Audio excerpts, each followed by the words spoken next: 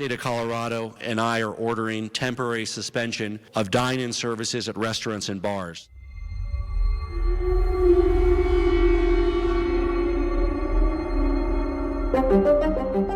It's been just, what can I say, roughest year of my life. The lockdowns that saved some lives nearly ruined others. It sucked more than words can describe. And the restaurant industry felt it more than anyone. Geez, what a roller coaster. A lot more downs than ups. It was scary. We didn't know if our bakery was going to survive or not. The restaurant industry, it's been devastating, brutal. 30% of us have closed. It's hard, right?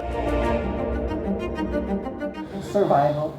Just do what we had to do. The restaurants left standing are ready to rebound from an impossible year. I think we're all very lucky, and nobody doubts that for a second. With prayers. We put a plea out on Facebook to please keep us here. Resiliency. We put all of our personal cell numbers on the website. And lessons learned at rock bottom. How do you keep moving forward until that point? I don't know, something happened in June where things just kind of skyrocketed upwards for us, and we were even doing better than pre-pandemic. These restaurant owners have a simple message. We are open. When the restaurants and bars closed in spring of 2020, Coors Field closed too. No crack of the bat, no roar of the crowd, no cold beer, no Rockies dog in the fourth inning. 3 million fans visit Coors Field in an average year. In 2020, 0. The results were devastating. 30% of Colorado's restaurants closed within 3 months of the governor's shutdown order in March 2020. Those restrictions never fully went away. They loosened up during the summer when fewer COVID cases were reported, then tightened right back up in the fall and winter when Colorado's hospitals became dangerously close to full. Today, a year after the first cases were reported, most surviving restaurants are allowed to open at 50% capacity. Oh, geez, the goalposts are constantly changing. Very frustrating. That is Chris Fuselier, owner of Blake Street Tavern, one of the most well-known bars in downtown Denver, and he has seen it all. My GM's been with me 21 years. My assistant general manager's been with me 15 years. My events manager, 10 years. I feel like I'm a dad to a lot of people, and people are counting on me, and that's what's really kept me together. He's also felt the pressure of the pandemic every step of the way.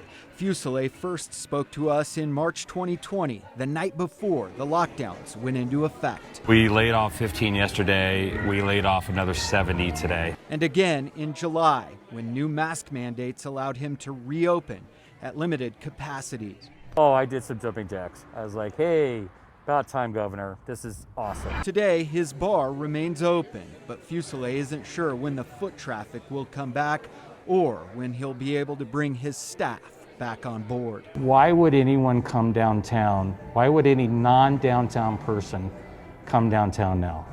There's no sports, there's no culture, there's no arts. It's a ghost town downtown, quite frankly. It's really sad. It's been rough across the board. The number of restaurant trips in Denver down 52% from 2019 to 2020. Statewide, 94,000 jobs were lost. And while downtown Denver felt the brunt of the impact, everyone was hit hard. We have a huge loyal following. It's the neighborhood cafe. I appreciate you. Serving up a little soul food with a side of, Like, pick it up, let's go. Fatima Dickerson I have to change my shoes every 3 hours. has certainly seen this place through many ups and downs. My family started the business in 85, 86. We've been Welton Street Cafe since July of 99. This past year was perhaps It's a fight. one of their most challenging. When you have COVID come in, you're like, nobody's walking down the street. Like, what's going on? I think this is still an emotional conversation for me, saving your Black business during a pandemic. And yet, somehow, Fatima, her family, and the staff have managed to keep the lights on, the kitchen rolling, and the doors open. My job is to feed people, and that is it. An attitude of survival You've been doing okay? at a crucial moment in time. One of the hardest things about being a Black business in general is finding help. You got to be good at it. Those early days of the pandemic had an even greater impact on Black, Asian, and Latino business owners. The overall number of business owners dropped by 22%. Compare that to white business owners, which dropped 17%. Losses among Asian, Latino, and Black business owners were substantially higher. It's kind of like a survivor guilt kind of thing. Hi, what can I get you today? Third Culture Bakery in Aurora is beating the odds. We've been fortunate in that business structure has always been kind of a grab and go. Anything else? They credit their success to their signature mochi muffin. Owner Sam Booter created the recipe a few years ago, and it has exploded in popularity on social media. It's our muffin topped with sesame seeds. It's just kind of like, as I mentioned before, crunchy on the outside, soft, chewy center. It is the one recipe that we started the entire bakery on. Those muffins drew huge crowds when Third Culture opened in February 2020. We've had days where, we had lines out the door. Sadly, those crowds then vanished when shutdown orders went into effect. During the shutdown and during the first 2 months of the lockdown, my gosh, I thought I was going to lose everything that we had been building for the last 3 years. At a desperate moment, the couple behind Third Culture Bakery chose to innovate yet again. In the early days of the pandemic, we had to kind of close for a couple of weeks just to kind of reassess, re-strategize. So we kind of re-engineered the recipe a little bit so that A, it travels well, and then B, there's ways that people can kind of reheat it at home to recreate that fresh out of the oven experience. The nationwide shipping business buoyed Third Culture during the earliest part of the pandemic. Then in June, business soared. Now, Third Culture draws a line out the door on most weekends. To be honest, my mind's just still blown. Like a lot of our regular customers have folded us into their weekly routine, so it's been great, seeing the mother-daughter duo come in every Friday. Sam and Wenter are planning an expansion to downtown Denver, in part because of a small tweak at the perfect time, and because they stayed true to themselves. Being a queer bakery, especially in this current political climate, we have no choice but to be who we are and be kind of loud and proud about it. And we're just kind of trying to do things a little differently. Thank you. Thank you. Coming up, the pandemic led to a boom in the delivery industry. DoorDash and Grubhub are making bank, but restaurants say it's killing them. A lot of people say they just stop using them completely. Northern Colorado launched its own app to keep the money local, while a Wheat Ridge restaurant is giving out family cell phone numbers for house calls. Valentine's Day, we delivered bottles of wine and roses. We'll have those stories next.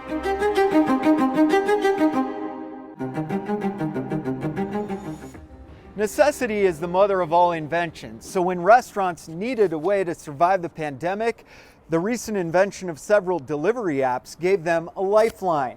In less than an hour, pizza, burgers, any other cuisine can be at your door. But the increase in delivery drivers doesn't come without a cost. In the case of DoorDash, Grubhub, and Uber Eats, you might say they are double dipping. Restaurants get charged a fee to use the platform. So do you when you order takeout. A lot of people with other services, it actually costs them money to get their food out the door to customers. And the delivery services are making 30-40% on top of other fees that are charged. I just think a different model is going to emerge. For them to kind of nickel and dime people to death during this economic crisis when people are suffering and restaurants are suffering just seemed really kind of petty to me. The city of Denver implemented a cap on delivery fees to try to slow the delivery apps down. DoorDash responded with a new fee. It's called the Denver fee. I think they're trying to make the city look bad. And let's face it, the cap on fees couldn't slow these companies down. Grubhub brought in $500 million in revenue in the last 3 months alone of 2020, and DoorDash, which has only been in business for 8 years, is now valued at almost $32 billion. How are you doing today? If you look on a delivery app, you can find Grammies Goodies in Wheat Ridge. But Grammy, real name Vicky Corder, would prefer it if you call her directly. 45 minutes, all right? Thanks for your support. Bye-bye. Grammy's Goodies is known for its desserts, pizza, and giant ravioli. Vicky, her husband Jeff, and their kids own the place. All of them take calls on their personal cell phones. 45, All of them make deliveries themselves. We rode with Jeff as he delivered one meal in a snowstorm, in shorts. Business is business, so we're willing to do whatever we have to do to make it work. They've weathered the pandemic in part because of their loyal fan base. We're here to go, honey. We have one customer that, when this pandemic started, they had a 3-week-old baby, and I'm still delivering to her, and she's walking now. But also because of the long hours worked by every member of the family. We scrambled from the jump. What can we do? What can we do to keep it going? If this failed, a lot of people depend on this. See you in a little bit. Bye-bye. Most restaurant owners cannot keep up with the Corder family. That's why communities have looked at other ways to reduce the cost of delivery.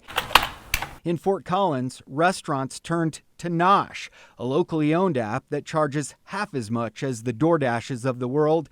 The city liked the app so much they decided to cover fees for several months during the pandemic. We are not charging the restaurants anything, and anything that we would normally charge them, the city is going to go ahead and foot the bill and reimburse us for it. The community rallies behind the small businesses, especially the small restaurants. Ashley Zeruto bought the Waffle Lab in Fort Collins last June. People have been coming out in droves, more than we really thought. Waffle Lab is planning a second location later this year, and they've been able to take advantage of the reduced fees on the NoCo Nosh app. It doesn't sound like a lot when you're thinking about it, but being able to cut 15% of commission going out the door is huge for us. Every little piece, literally every penny counts for us at this point. Waffle Lab is on DoorDash and Grubhub. Sometimes literally it costs us money. But Zeruto tells us she knows those apps are not an ideal option. There's a giant Reddit thread just about delivery services and restaurant owners, and a lot of people say they just stop using them completely. Delivery, unfortunately, doesn't work for everyone. Just ask those in the fine dining industry. A lot of times people don't associate my restaurants and my food with takeout. Lon Simmonsma is the founder of Cholon Restaurant Concepts. Right on the website, it reads, amazing meals and great ambiance. You used to just sit here and watch a seas of people. There was never a break in just the flow of people at any given time. And now it's sporadic. It's just, instead of talking to guests and engaging with, hey, how's your dinner? A lot of times I just kind of awkwardly wave from afar and do a lot of thumbs ups and things like that to, interact with the guests, which is something that I miss. People are returning to restaurants, but shrinking budgets during the pandemic have many families redirecting their dollars toward casual and fast casual restaurants away from fine dining. That change has forced Simmonsma to make some difficult decisions. We've had about 170 people before we closed, and I think we're back to 60 now, so we still only have about 1/3 of our entire staff. Simmonsma says he's treading water right now, but he's expecting to ride a wave of customers once everyone is vaccinated and looking for a night out. I have nothing but just, a great desire to have everything be back to normal and to see this restaurant have its biggest profit that it's ever seen before. Many restaurants looking for extra revenue chose to expand outdoor dining this year. Some had patios already in place. Others pitched huge tents like this or built yurts. But the weather didn't always play ball. Valentine's Day, for example, usually one of the busiest in the restaurant industry, came up short when temperatures dropped well below zero. We just had brunch, so that was great. It's freezing, so. Did you guys have brunch indoors or outside? Indoors, okay. Indoors. Would you guys have even considered sitting out here? No. Only been in the area for 18 months, but immediately could tell what a great part of this neighborhood Local 46 was. North Denver's Local 46 is one bar that did not make it to winter. It sucked more than words can describe. The owner, Nia Gingrich, spent nearly a decade in business, but ultimately decided to cut her losses instead of trying to survive the coldest part of the year. It just doesn't make sense to try and get through the winter. I was definitely shocked. Irie Bacchus worked at Local 46 for years. So this place is it's a special space. Since the closure, Bacchus has been on unemployment and worked another job, but soon she'll be able to go back to that special place, as Local 46 is making a comeback. So we're going to reopen Local 46 in April, and we're going to be there for a short-term lease just through the summer. And once that lease is up, they will move on to a new venture with a very similar name. Hopefully we'll be able to close Local 46 and transition right into our new space, Local 38. For Bacchus, it's more than a job. I've been here since I was 18. The new location, Local 38, will keep her bar family together. So this place is pretty special to you? It's very special to me.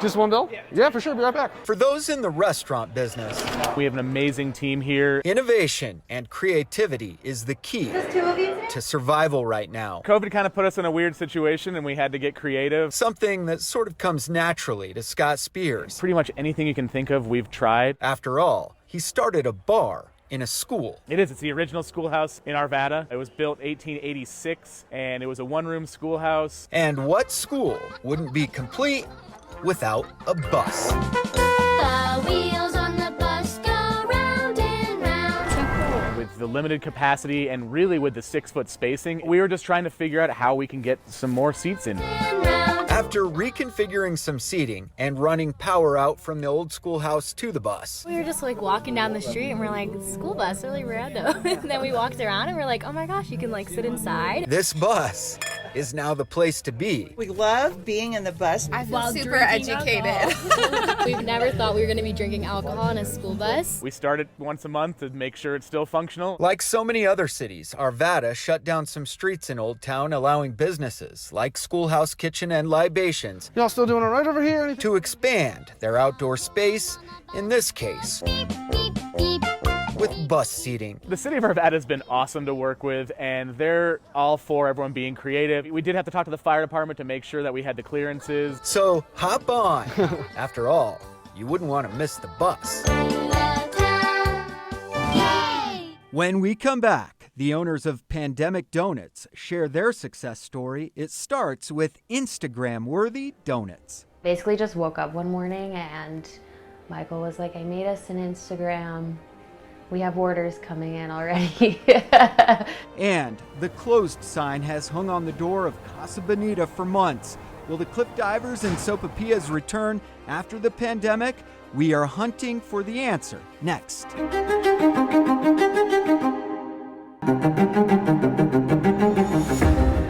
It's just chocolate sprinkle and maple nut basics. Still cranking out the classics and adding their own twists. So we do 6 flavors a day, which is fun. Gabe Henning and Michael Milton are making more donuts than ever before. They started Pandemic Donuts last spring after they lost their jobs in the service industry due to the COVID-19 pandemic. I think we've been really lucky that our business through the spring was strong enough to get the bakery open. When we met them, they were frying up donuts in their tiny kitchen and delivering them to Denver doorsteps during the stay-at-home order. They're still waking up before dawn, so we checked in as the sun came up over their new space. Out of our house, we were doing anywhere from 300 to 500 donuts a day, and now we can do anywhere from 500 to 1,000 pretty easily.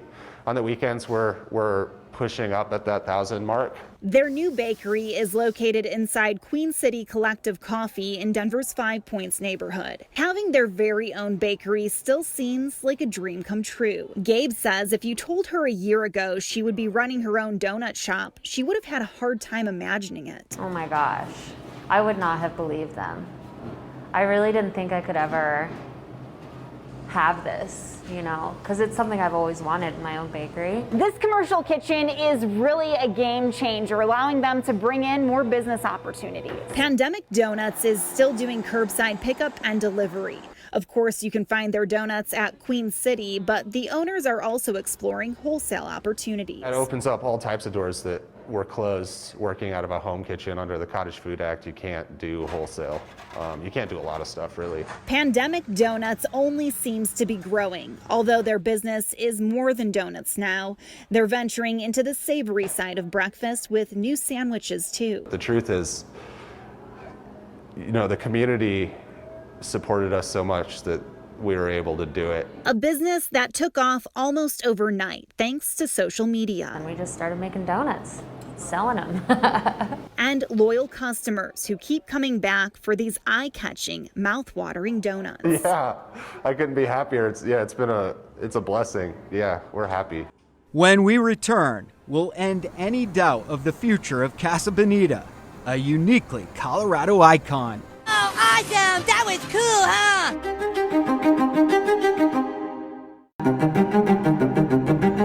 Alcohol to go did not exist in Colorado pre-pandemic, but it's become one of the lone bright spots from a difficult time. 93% of restaurants reported making some revenue off to-go alcohol in 2020. We're seeing restaurants be creative with some fun cocktail pairings with, some of your favorite dishes that you normally would not be able to take advantage of at home. Before we leave you, we want to give you an update on Casa Bonita. The iconic Colorado restaurant has been around for a half century. They've hosted draft parties, album release parties, and countless fans of the cartoon South Park. But Casa Bonita chose not to offer takeout when dining rooms were closed in March 2020. Their doors have not opened since, but they will survive. Here's what owner Bob Wheaton had to tell us about that. Our plan is to reopen the business as soon as it's legally possible. By and large, Colorado restaurant owners believe the worst is over. They will rebound. Their business may not be the same. Some of them have become owners, drivers. Others have capitalized on a new market. But all of them continue to get by with the same work ethic they've relied on all along. So everything is back to the way that it should be, and people feel comfortable to go out.